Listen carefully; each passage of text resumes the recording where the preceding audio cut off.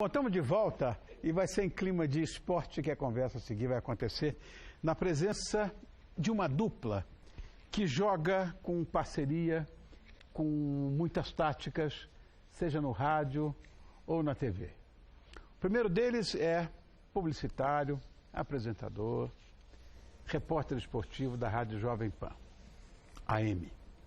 Desde a década de 70, ele é integrante da equipe do Mesa Redonda, Futebol Debate, aqui na nossa Gazeta. E o segundo, não menos importante, tem uma vida toda dedicada ao futebol, é um expert em jornalismo esportivo, já são, se não me engano, 40 anos de trabalho com um dos pilares, do rádio e da TV no país. Boa noite, Vanderlei Nogueira, belíssimo sobrenome. E Flávio Prado. Obrigado, meus irmãos, por estarem conosco hoje aqui. Muito obrigado. Flavinho, está aqui, ó. Eu falei que ia mostrar de qualquer maneira, está aqui o livro do Flávio, olha. Aqui, ó, lindo. O Juramento. Flávio está lançando esse livro, Juramento, que pelo que eu soube, eu não li, mas pelo que eu soube, tem alguns personagens bem famosos. Me conta aí sobre esse livro. Então, Rony, esse livro acabou de sair, ele está, ainda quentinho, você percebeu, Tá, né? e... Esse livro é o seguinte, eu escrevi já 3 livros, mas esse é um livro de ficção. 30% de ficção, o resto são histórias. Tá. Então surge um personagem que tem capacidade de mudar a história das injustiças do futebol. Meu Deus do céu. Aquilo que estava errado, conserta-se, faz de novo e conserta-se, deixa a coisa funcionar como deve funcionar. Então, por exemplo, eu não vou contar o livro todo, mas, por exemplo, o Brasil ganha em 82.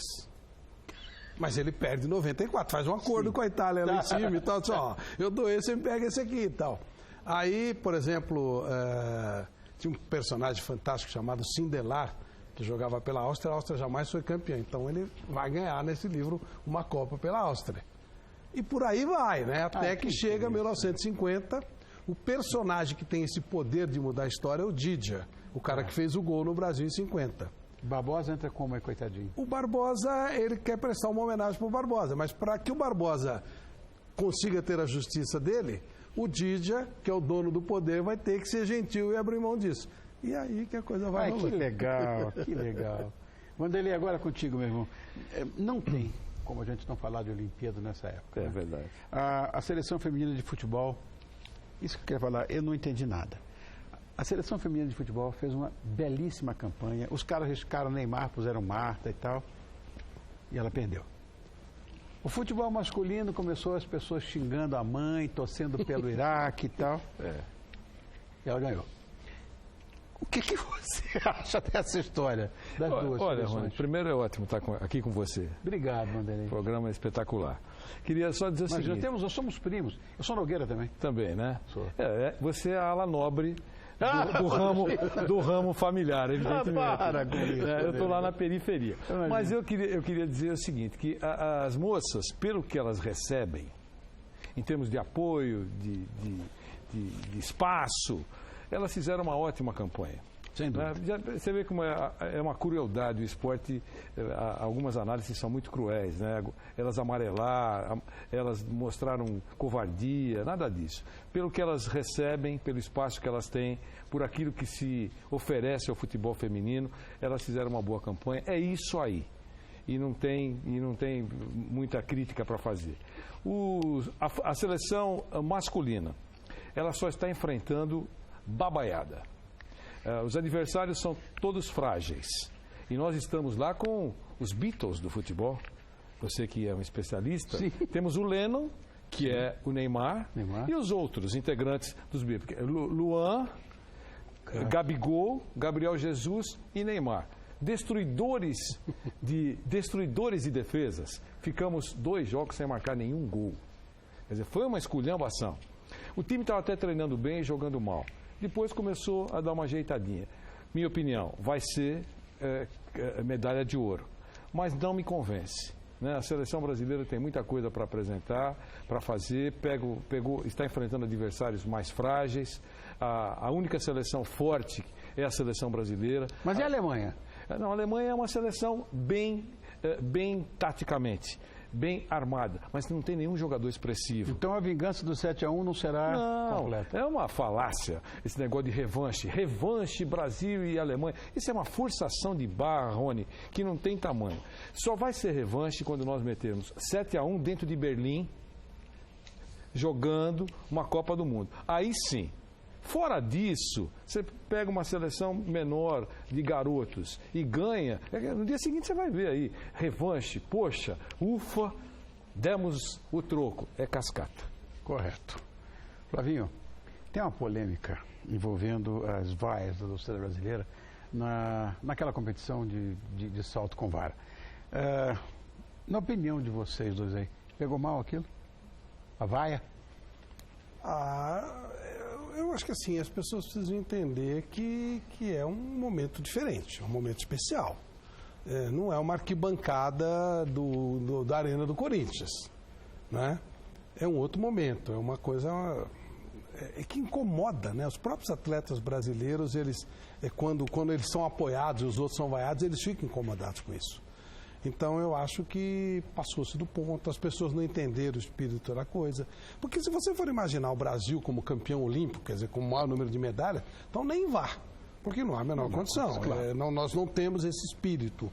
Nós, infelizmente, não temos base, não temos estrutura, não temos massificação do esporte para isso. Então, foi um momento arquibancada no local indevido mesmo. Sua visão. É isso, da mesma maneira. Eu morri de vergonha.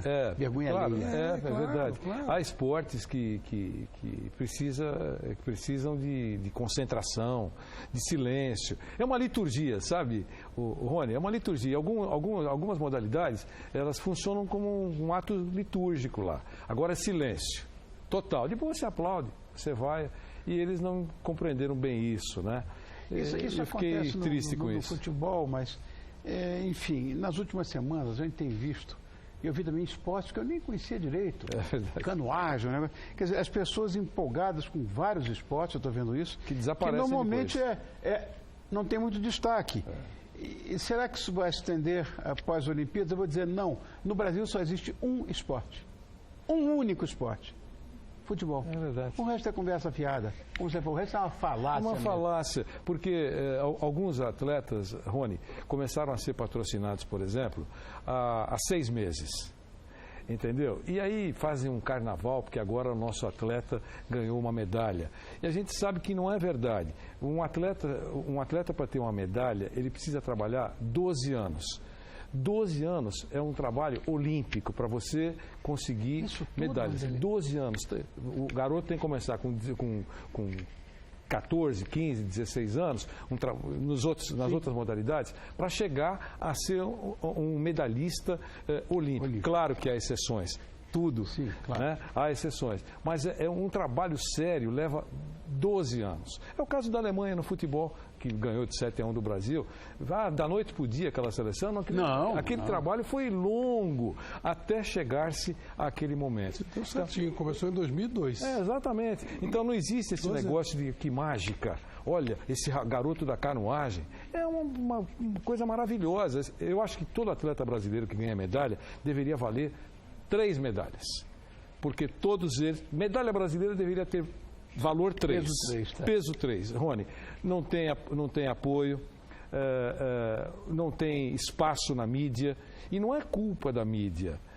Porque não tem apelo mesmo. O Flávio falou uma coisa hoje, nós estávamos conversando muito na redação, dizendo o seguinte: olha, está tudo muito bacana, mas se a gente fizer um programa inteiro sobre futebol feminino, por exemplo, certo? Dá traço. Né? Dá traço. Vamos fazer um programa, meia hora sobre canoagem. Não dá nem traço. Não, nem a canoa. Quer dizer, a canoa afunda. Quer dizer, com todo respeito. Sim, tá certo? Então, a gente tem que ser sincero nisso. E você falou uma coisa séria. Tem alguns esportes que eu nem conhecia. É verdade. Isso é que coisa, né? Flávio, vocês dois estão completando. Essa história da conversa que vocês tiveram na redação, estão completando quase 40 anos, né? Eu sofro. De estrada, né? É um sofrimento. Dentro do esporte. E são parceiros de trabalho há muitos anos. São uma maravilha. Tá.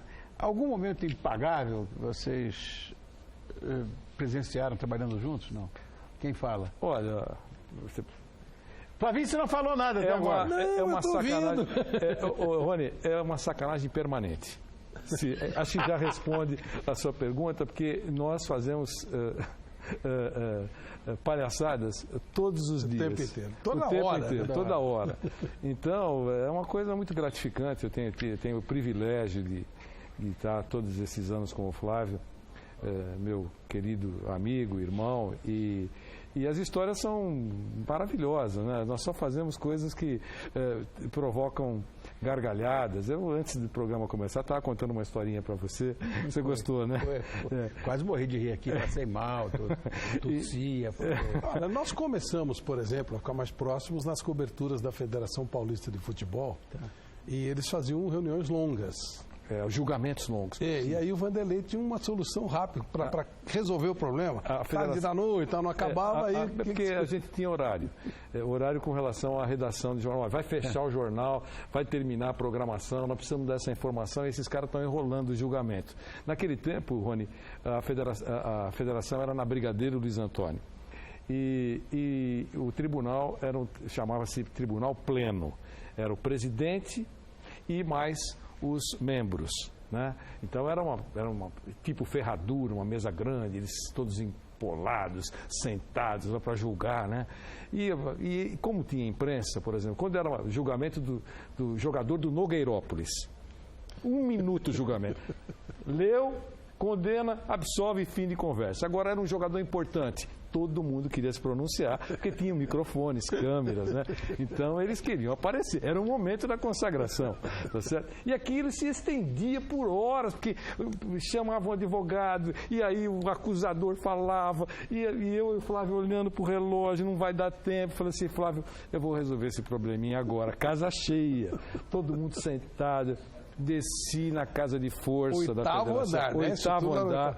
E lá... E era o senhorinho, sabe aqueles senhorzinhos? Sim, sabe? Eu abri a caixa de energia e tinha aquela chave grande, né? Eu só... 8 andares no escuro, aquele burburinho. Voltei, acabou o julgamento. Foi uma coisa rapidinha. A gente resolveu vários problemas juntos nessa linha, né? A gente ia fazer uma pauta séria aqui, virou. Não tem jeito, uma confusão. Agora, o Eustáquio está falando, estourou tudo, estourou o tempo. O que eu vou fazer? Agradecer a vocês. Me perdoe. Não, mas foi bom demais. Imaginei, isso equivale. Humanizamos o nosso papo aqui. Flávio, obrigado por ter vindo, querido. Olha, o juramento, vamos mostrar de novo o juramento aí na... Opa, isso é bom, obrigado. Esse é um livro que eu não li, mas já recomendo, porque o autor é impecável e o texto é sensacional pelo que ele passou pra gente aqui. Na Bienal do Livro, dia 3 de setembro, no estande da Suzano, papel e celulose e da Color Print. E dia 19 eu vou estar lançando aqui no Clube Holmes, para o público. Aqui na Paulista. Na Paulista, a partir das 7 da noite. Obrigado, querido. Vanderlei. Um abraço. Primo, obrigado por ter vindo, muito querido. Obrigado. Foi ótimo, muito obrigado. Obrigado eu. Só para lembrar, eu quero agradecer a presença dos apresentadores Vanderlei Nogueira e Flávio Prado. Vou explicar. O programa Esporte em Discussão vai ao ar de segunda a sexta, meio-dia e meia, né? Meio-dia e meia até as 2 da tarde, é isso? Já fui lá uma vez, não é para falar de futebol, mas para falar de outras coisas. Lá na Jovem Pan AM, 620 kHz, é só atravessar a rua aqui que já está lá. E o Mesa Redonda, que vai aos domingos, às 21 horas, que é o programa carro-chefe aqui da Casa na Gazeta. Obrigado por terem vindo, um beijo grande. Muito